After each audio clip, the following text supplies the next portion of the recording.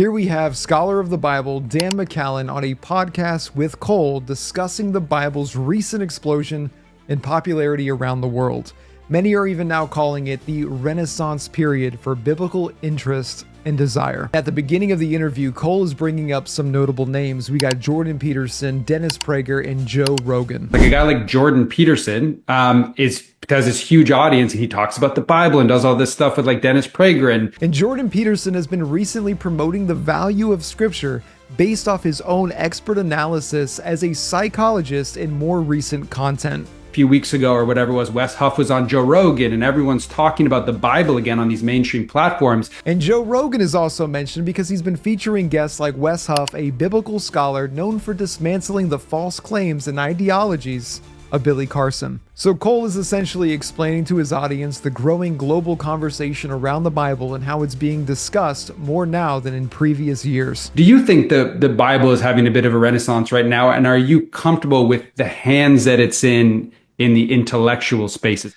I think absolutely the Bible is experiencing a renaissance. Dan agrees that, in fact, we are experiencing a biblical renaissance. There's no doubt about it. There's a clear and massive upswing, and Dan is on board in recognizing that. But this is where things take a turn for the worse. Dan then uses this moment to dig deeper, stating that this whole renaissance is rooted in white Christians feeling threatened. I mentioned that I think a lot of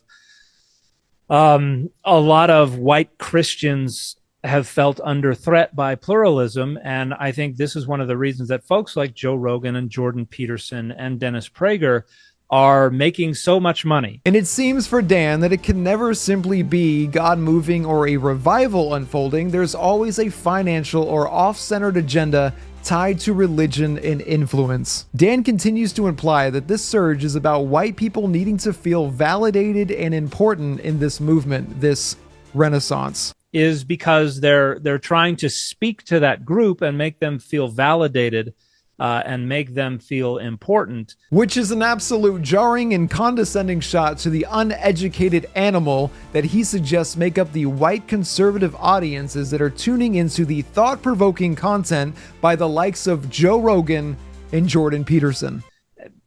And I really do think it's because they understand that they can make a lot of money off of that group. That's not to say they're not sincere, but I think they know what side of their bread is buttered. So the first issue with Dan's analysis is the lack of research into Jordan Peterson. Anyone who's been following him over the past decade knows that he was not originally a believer in Jesus.